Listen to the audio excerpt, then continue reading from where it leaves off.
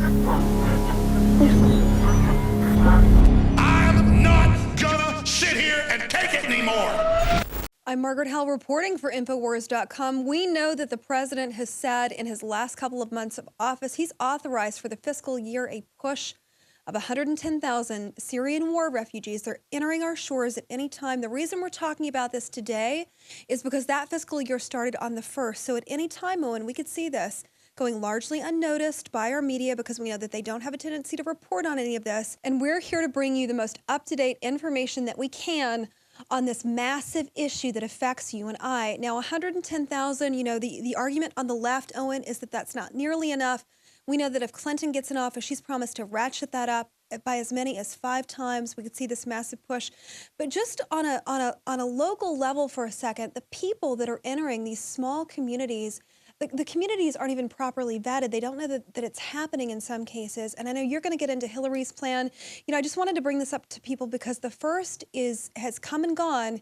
And at any time, we could start seeing these waves and waves of people entering small towns, coming to a small town near you. That's what we're looking at here. Well, it's interesting because the majority of Hillary's first year in office, it'll actually be Obama's plan.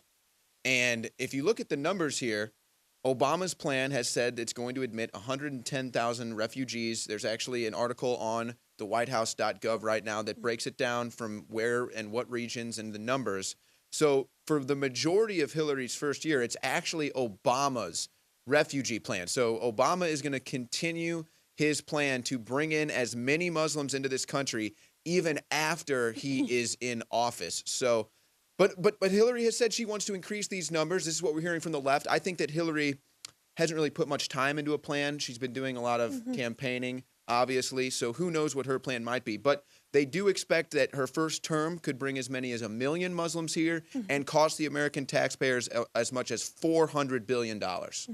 We know that, and you and I have covered this time and again here on Infowars, that Soros, there is an agenda here. There's an agenda to override American culture and, to really see a surge, much like we've seen in Western Europe. And, having this issue where, immigrants, this immigration issue, it looks like Donald Trump has come to the forefront of this. He's speaking out and he's saying, look, we really don't have any proper vetting process.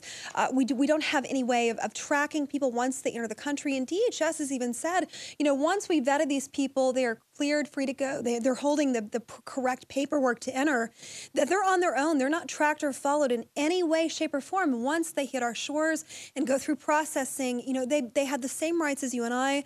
And they're also given help, aid, housing, food allowance, entrance into schools, health care, these massive packages. And, without very little question from ordinary citizens like you and I who really want some answers, who are you allowing in? We know that even if it's only 0.001% have been radicalized and have the intent to harm, you do the math, 110,000, what would that be? We're talking about even marginally people that are entering that want to harm us. So, and that's of great concern to me. Well, and just this morning, there was a hearing on C-SPAN where one guy got up there with intel that he knew ISIS was infiltrating the refugee program with radical Islamic terrorists who want to come here and cause harm. And then the next guy comes up and says that we need to be tolerant and that there is no danger. I mean, it's shocking what's going on just within our own government on a day-to-day level. But, here's the questions that need to be asked. Look at these numbers. Over 12,000 Muslims were brought in from Syria, only 68 Christians. What's up with that? I mean, there's clearly a discrimination there. But, you talked about it earlier. This is a culture war. If we let all these people come here, our culture is going to change. Now, we can debate whether that's good or bad, but these are facts. And as you said when we were off air, the power needs to be returned to the state level. But, here's where I see him going with this. If they give the power to the state level, what are we going to see? I think we're going to see something similar to what we saw in North Carolina, where North Carolina says, we want to have gender bathrooms, male and female, common sense. And now what happens? They're having all kinds of backlash just for wanting male and female bathrooms. So now I could see something happening where if states say they want to have a more strict vetting process or they don't want to allow Muslims into their state, whatever that state decides, the federal government will withhold funding, and certain corporations will not go there and provide more business to that state. I mean, and even for me, Owen, this isn't an attack on Muslims. This is an attack on radical Islam, and not knowing, people with an agenda, a direct agenda to harm you and your kids being allowed to walk the streets of your communities. And, oh, by the way, we're going to give them paychecks to do so. And going back to that point of returning power to the states, instead of running, protecting the security and sovereignty of our people, it seems like our federal government has been hijacked. And for me, the states they should have the power over that refugee resettlement issue because it's happening directly on their, in their sovereignty. And it's very disruptive and disturbing. We wanted to bring this to you, Owen and I, working on this report specifically because we know that October 1 deadline is come and gone. And at any day now, with little notice to you, there will be no fanfare, no media coverage of this. We don't even know how many at a time are coming. They will be entering our small towns and virtually left once they arrive. Well, I'm Margaret Hall in studio with the talented Owen Schwarrier. Please stay tuned for more reports just like this and tune in to Infowars.com.